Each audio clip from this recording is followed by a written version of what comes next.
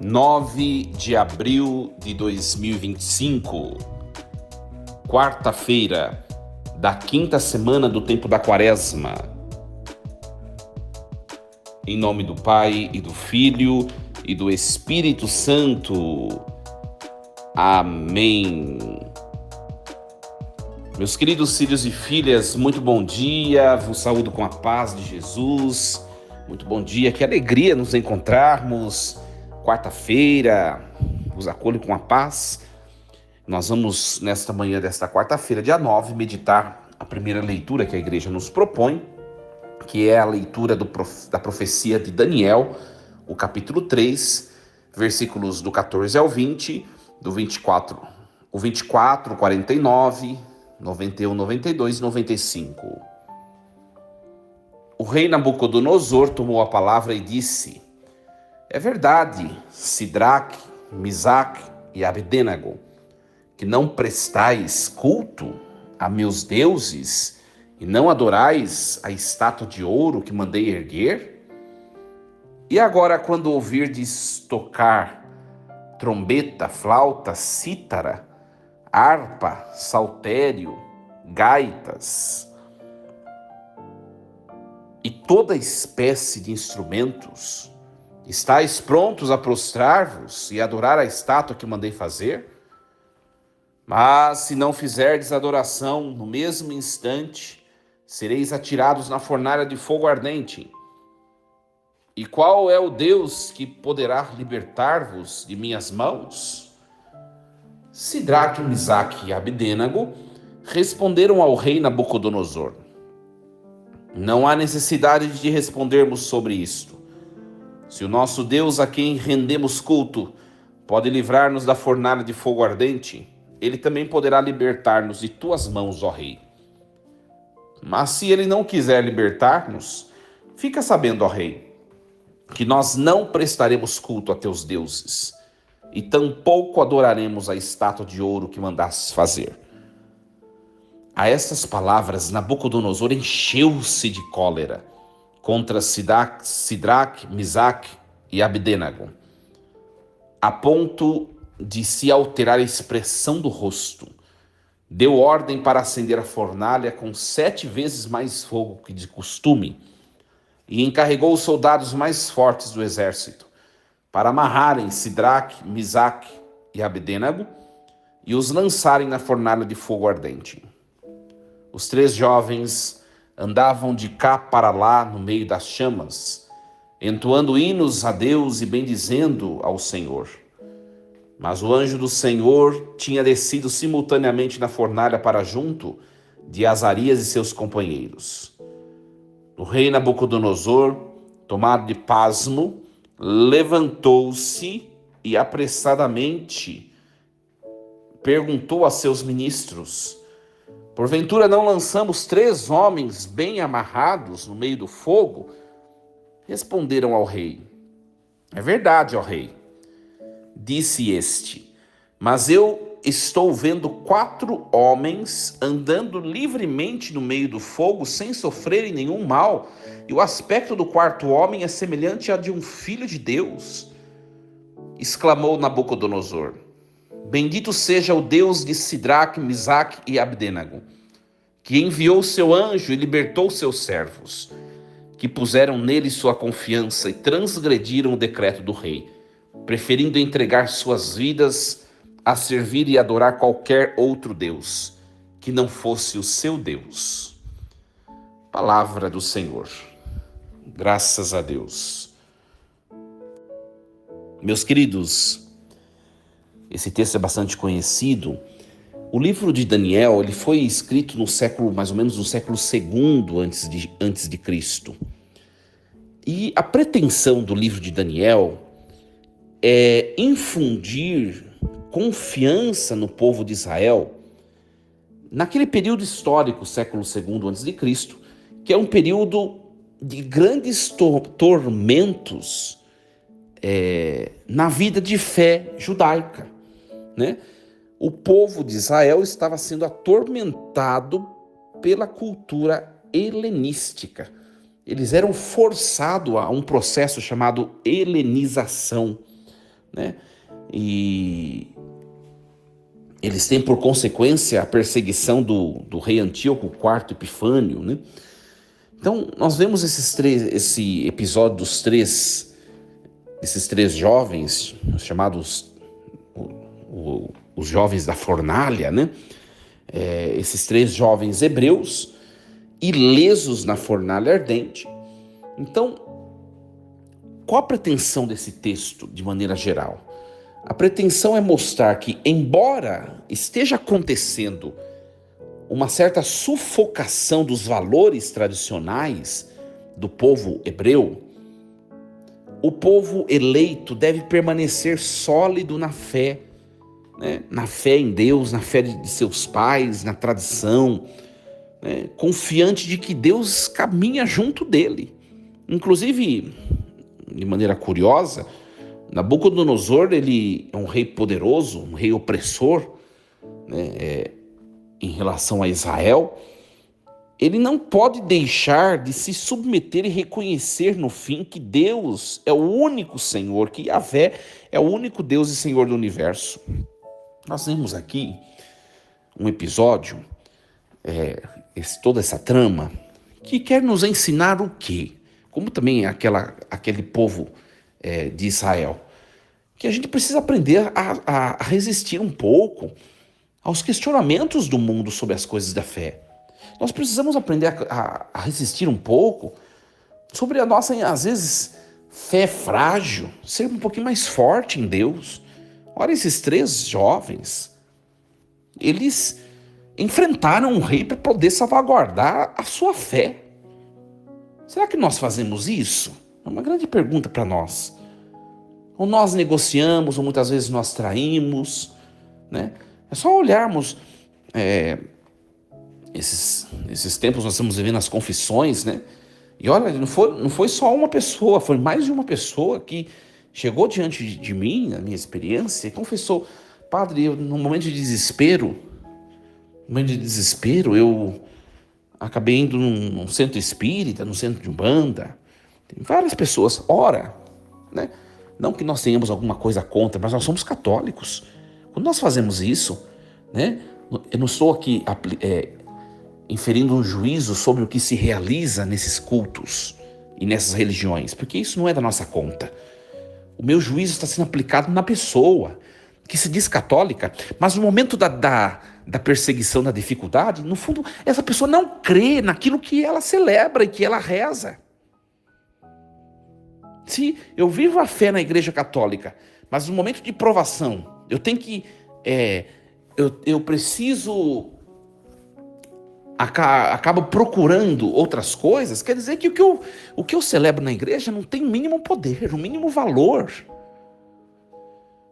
Ora, minha gente, sobre cada altar, em cada igreja, no mundo inteiro, ali se realiza a atualização do sacrifício de Cristo.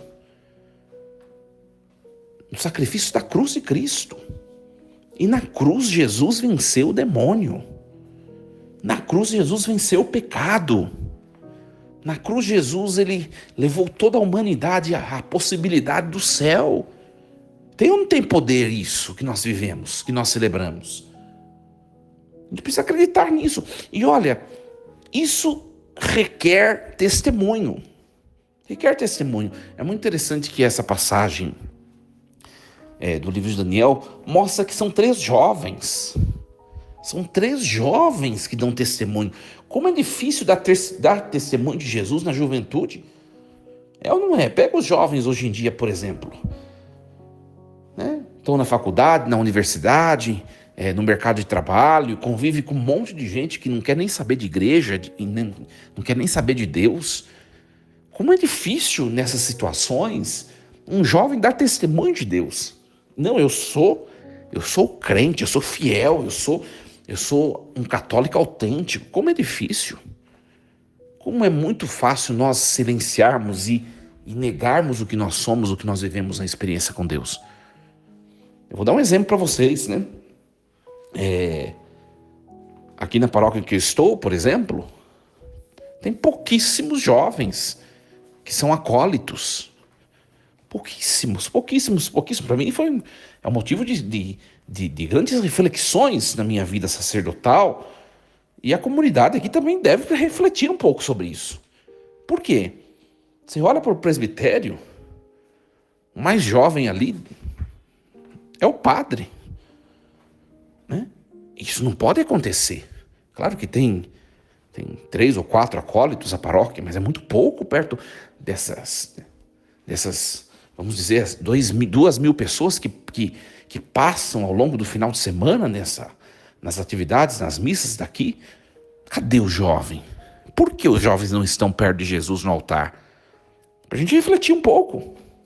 Eu sou muito questionador, não julgando este ou aquele, mas julgando a circunstância e a partir da circunstância tirar uma conclusão para tomar decisões, para propor novos rumos de caminhada, não é para ficar julgando pessoa, fulano, ciclano, não é esse o objetivo. O objetivo é nós pensarmos um pouco o que impede, o que levou a juventude a não estar perto de Jesus. Claro que eu estou citando um exemplo aqui da minha paróquia, mas eu vou dizer a vocês que eu já pensei muito sobre isso. Por quê? Claro que tem outras razões também, né? Que aqui não cabe dizer, mas porque o jovem não é fácil testemunhar a fé. Imagine uma pessoa, um jovem que está fazendo cursinho para passar no vestibular ou que já está na universidade. Ele participa da igreja, ele serve no altar, tem um monte de fotos dele como acólitos, por exemplo. Imagine ele na rodinha lá na faculdade, cheio de jovens companheiros de classe que são pagãos, que começam a caçoar dele, que começam a falar mal da igreja, de padre e da instituição e de não sei o quê, e aquelas críticas que sempre se repetem na linguagem social sobre a igreja e sobre padres, né? Ora, é fácil você permanecer firme em Deus e dizer, não, eu tenho a convicção, eu sou convicto do que eu sou, do que eu quero, e eu continuo a ser.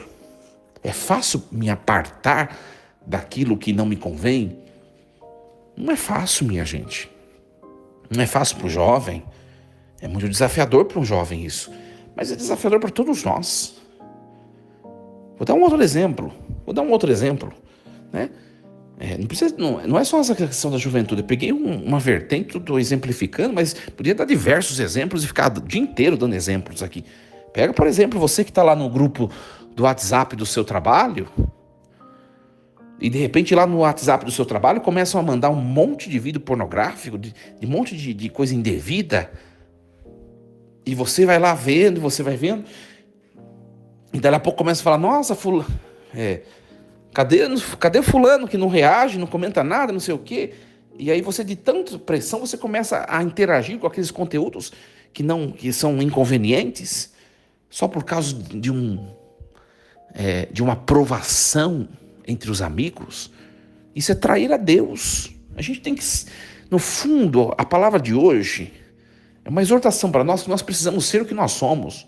O resto que se vire, os que se incomodados que se mudem. A gente precisa ter mais convicção do que a gente é. Conhecer bem o que a gente é e ter mais convicção. Né? Como esses jovens, eles tinham convicção do Deus que eles seguiam. Ó, rei Nabucodonosor, me desculpe, o senhor quer que a gente adore os seus deuses falsos? Mas nós não vamos fazer. Nem se Deus se calar e nos deixar morrer, nós vamos morrer. Mas nós não vamos adorar seus deuses. Nós temos uma religião a prezar. Olha só, que forte isso. Né? Que forte. Por que tudo isso? Né? Eu comecei dizendo... Porque o povo de Israel, nessa época, no século II a.C., quando foi escrito o livro de Daniel, o povo estava traindo a religião, abandonando a religião judaica e fazendo adesão à cultura helenista, né? Cultura helenista, que era uma cultura muito, vamos dizer assim, hedonista, né? Os prazeres, os cultos a deuses falsos, outras coisas. E o povo de Israel, muita gente abandonou a fé e começou a seguir práticas helenísticas. Acontece muito na Igreja Católica isso. Desculpa a franqueza nessa manhã desta quarta-feira. Acontece muito na igreja católica. Gente que caminha longos anos na igreja, não move um dedo para poder viver a fé um pouco mais de maneira autêntica, não move um dedo para conhecer a doutrina, para questionar a doutrina, para entender a doutrina, para fazer experiência com Jesus. Aí depois, daqui a pouco, recebe um convite de um amigo de outro, vai numa igreja protestante e começa a se batizar lá, e aí diz, eu encontrei Jesus. Toma vergonha na cara. Jesus estava lá na sua frente, no sacramento da Eucaristia, e você não tomou vergonha na sua cara, você não correu atrás, você não buscou conhecer o que você só reproduzia por palavras. Era uma decoreba de orações, uma decoreba do credo, uma decoreba de profissão de fé, e você não vivia aquilo, você não entendia aquilo, você não estava naquilo. Toma vergonha. Agora você vai falar, agora encontrei Jesus que está verdadeiramente aqui. Minha gente, olha, então nós precisamos amadurecer na fé. Desculpe a franqueza nessa reflexão. Amadurecer na fé. Não dá para viver mais a fé superficial. Não é mais admissível. Não é mais admissível. Ver os mandamentos básicos da igreja, cumpra os mandamentos básicos, porque tem coisas muito mais desafiadoras para viver na vida. Tem gente que está lá embaixo, ainda não consegue ir na missa todo domingo, sabe? É uma coisa muito básica, é muito rudimentar isso. Se você não conseguir passar disso, você vai daqui a pouco abandonar a igreja, me desculpe. Os 5 mandamentos da igreja são coisas básicas que nós já devíamos estar vivendo faz tempo. Então que a palavra de hoje nos ajude e sejamos como esses 3 jovens convictos, fortes, que enfrentaram a fúria do rei Nabucodonosor, mas Deus os honrou, Deus os livrou do fogo da morte. E ainda que Deus não os tivesse livrado, valeria a pena o sangue desses 3 jovens, porque eles manifestaram amor a Deus. E é isso que mais importa, amor. Força e coragem, em nome do Pai, do Filho e do Espírito Santo. Amém. E lembremos-nos sempre, Deus está no comando de tudo.